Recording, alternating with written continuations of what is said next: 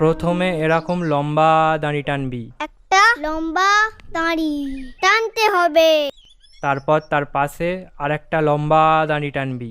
আবার একটা লম্বা দাঁড়ি, এরপর দাঁড়ির পাশ থেকে একটা গোল করতে হবে।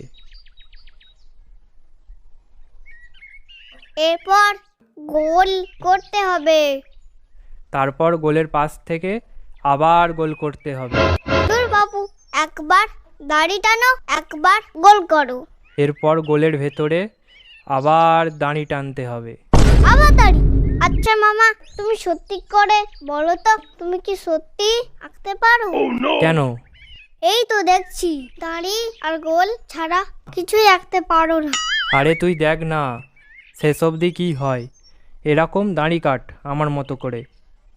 দেখ এবার কি হলো এটা? তোমার মাথার মতো হয়েছে। এটা হলো তালপাতার পাখা।